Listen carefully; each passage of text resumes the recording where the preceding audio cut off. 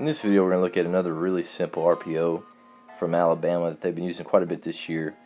They really like to stack their receivers and run a bunch of shots, play actions, where they can get their guys deep down the field, and it gets man coverage or anything like that. A lot of times you can get a free release, and you can get a guy that's not getting pressed right there. A lot of times they'll try to switch that off, banjo it or whatever, because they stack up. They really don't want to play man coverage because they could get rubbed and picked and all that. But what they end up doing is getting to stack one way or another. Now, obviously, they could be in twins, they could be in tray sets, they could be in a lot of different things, but they just run a bubble right there from the guy that's the second guy in the stack. He runs the bubble. He arcs out there with them, blocks most dangerous. They run a myriad of different types of runs here. They'll run outside zone, they'll run pin and pull, they'll run ISO. I think they run power every now and then with it as well, but all the quarterback's really looking for is he's looking for space out here. They're trying to get two defenders over here and then hopefully some safety help so they can take 3 for 2 over there on that side, and then they'll be good there in the box to run the ball. And if there's space out there, he's going to step back and he's going to throw it out there to the bubble. He's going to block most dangerous, and they get the ball in space. But we'll roll through it, and we have a lot of different clips sorted by game so we can look at the different reads. I think this is the only read that we have from the Ole Miss game. But right here you can see when this ball is snapped, the second defender is 7 yards off, and right here Mac Jones feels like there's enough space right there. He's arcing out to block most dangerous, so he steps back away from that, throws it out there. It looks like he's turned double play. And getting in space, not a huge play, but one-on-one with a corner, a lot of times that's a big play, especially whenever you get it out there to one of your best players. One-on-one with a corner is usually positive, and that doesn't look like a whole lot, but that's 7 yards, making the defense run, getting a first down, and staying on the field. But we'll look at a lot more looks here and look at the reads and see when they've handed it and when they've thrown it out there to the bubble. Here's the first look that we get from Georgia and Alabama. So they like to motion their back out from a 3 receiver set to a 2-back set right here. And Mac Jones is just a pre-snap read. The back's actually crossing right here. So he's looking at this outside backer. He's obviously in the middle of the field or tighter. And these guys, a lot of times when this ball's on the hash, they stack right there on the hash. This guy is just outside the hash. It's the only guy that can really make a play on the bubble, and this safety is 12 yards off.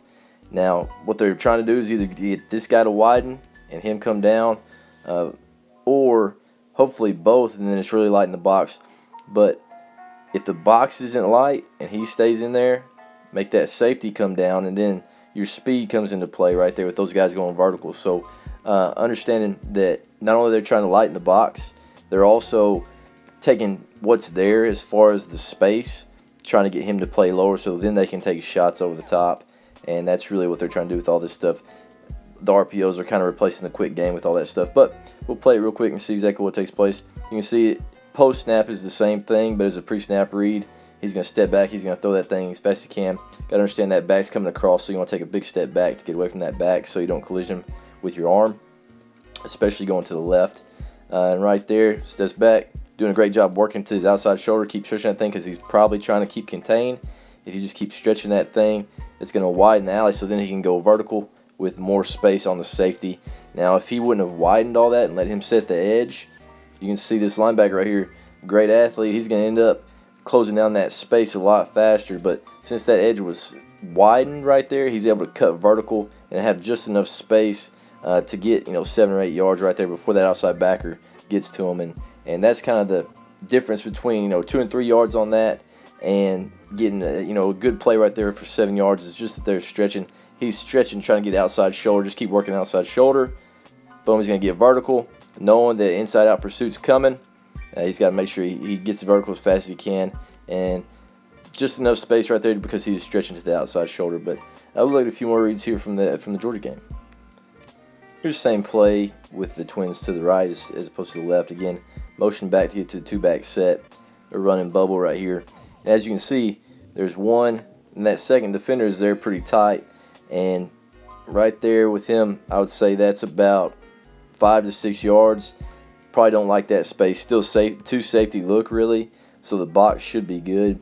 Motioning back to 2-back, so you've got 7 guys to block here, and you got 1, 2, 3, 4, 5, 6, 7 defenders in the box. So you're going to be even in the box.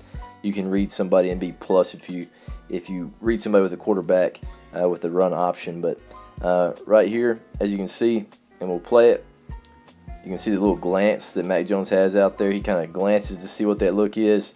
He feels like it's a little tight, so he just snaps it, hands the ball off, running some zone lead right there, or ISO, whatever you want to call it, against an even box. So it should be a pretty decent gain.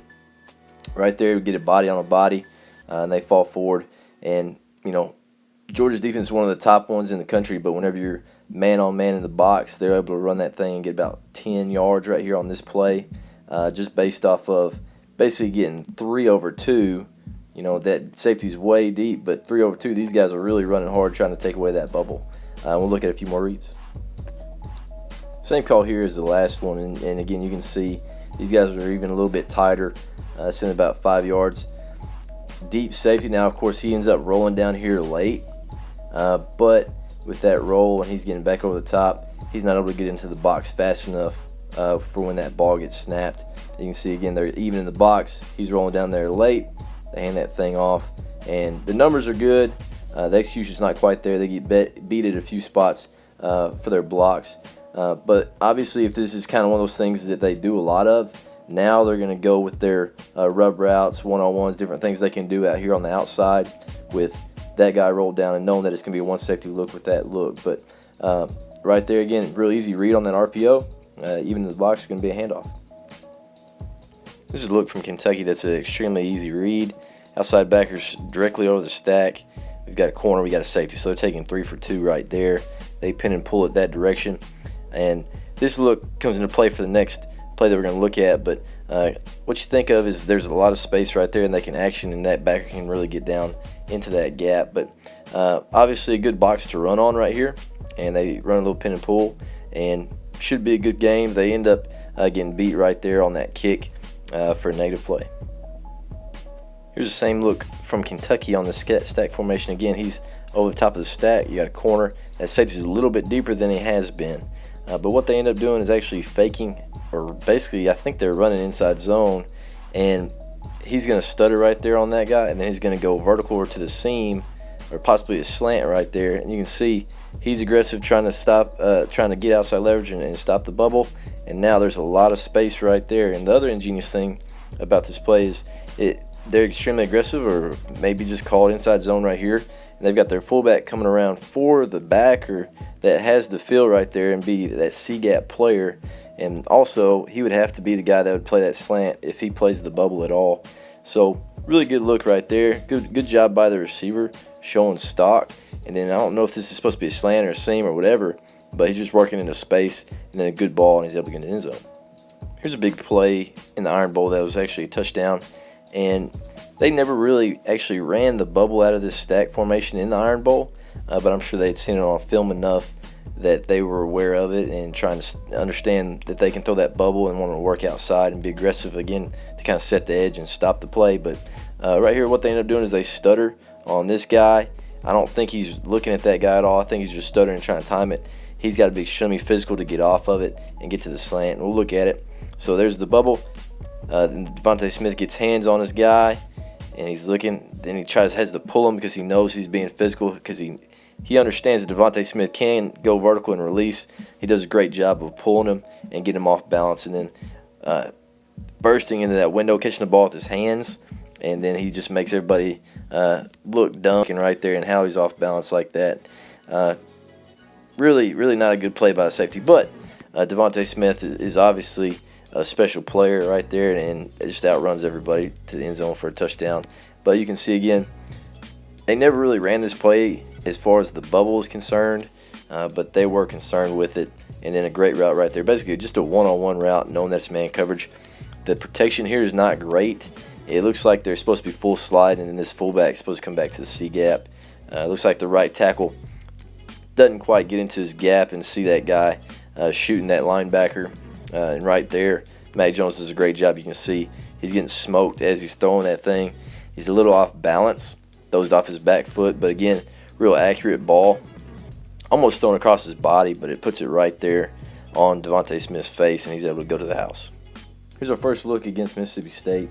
And as you can see, the defense looks a little confused here. They're looking around, still trying to get the call, and this ball's getting snapped. And right here, if you look at the alignment of the defense, and you can see Mac Jones is actually looking over here into that space. He's looking at the outside backer, seeing how wide he is. He's looking to see if this safety is rolled down to make it 2-on-2 out there, or if it's just 2-on-1 so they can stretch that thing. And Mac Jones, his eyes go right there right before he claps to get that thing snapped.